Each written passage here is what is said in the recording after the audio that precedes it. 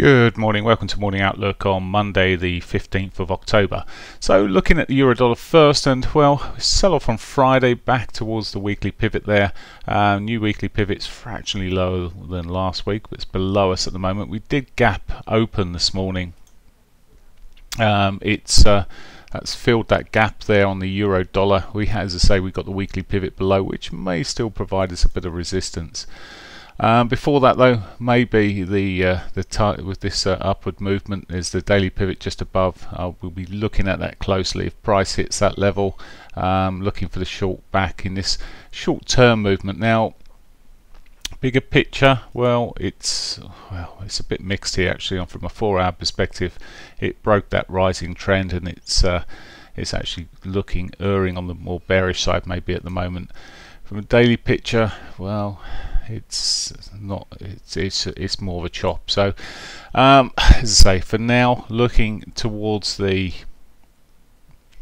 daily pivot, the 50, the 34, around that area, maybe as shorting potential.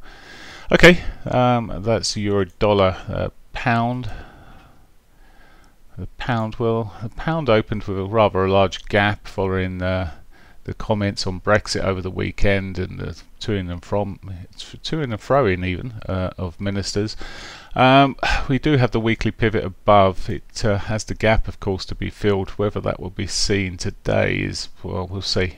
So many things happen with Brexit, and it's certainly not impossible. Also, there's a daily pivot above there as well, so a couple of target levels to the upside. However, coming back again, just as I did with the euro, it broke its bullish trend here. It's broke out of that. It's more in a bearish movement here on the daily. Well, the daily is still in above that bigger picture of a trend line.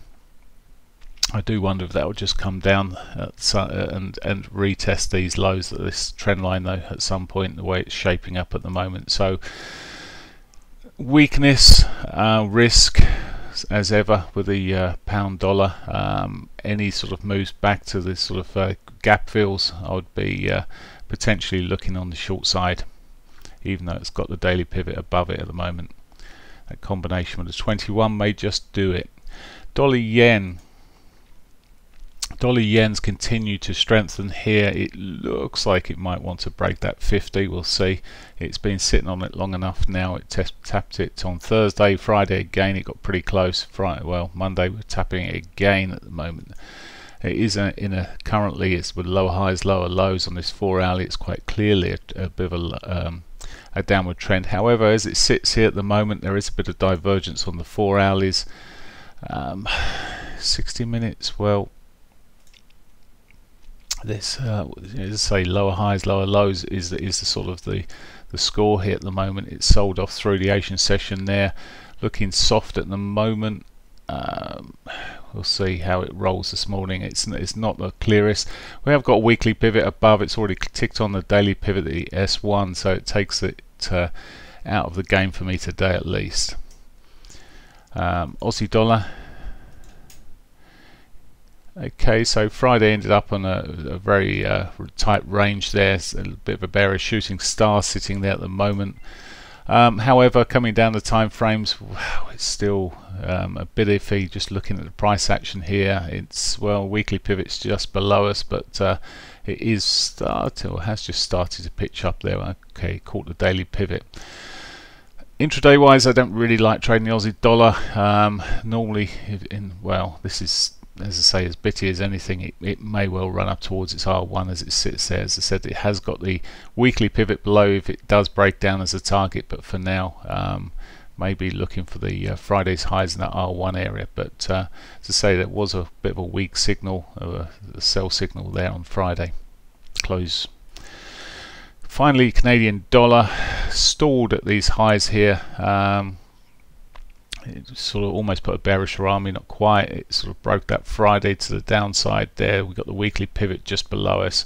Maybe it'll sell off back downwards. I'm not getting any price action here at the moment on my chart. Just one sec. Okay, and it finally gives me the data. Right, so consolidated around this area. If anything, with this 60-minute picture, lower highs confirmed. Lower highs, I say confirmed, but it has put lower highs confirmed in this price action here, and does look like, well, it could get back towards that monthly pivot sort of area. It's just on the daily at the moment.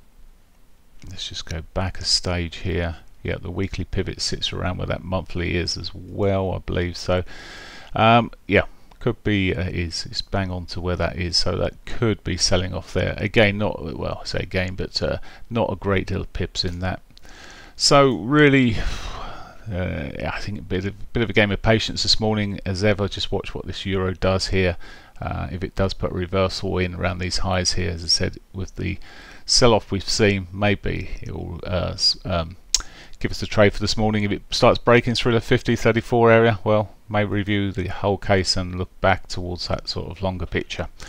News-wise today, core retail sales out for the US this afternoon, and that's pretty much it. Bank of Canada Business Outlook survey at 3:30. So if you're in the looking at trading the dollar CAD, that could give you a bit of price action at that point. That's it for me. Have a great day. Bye for now.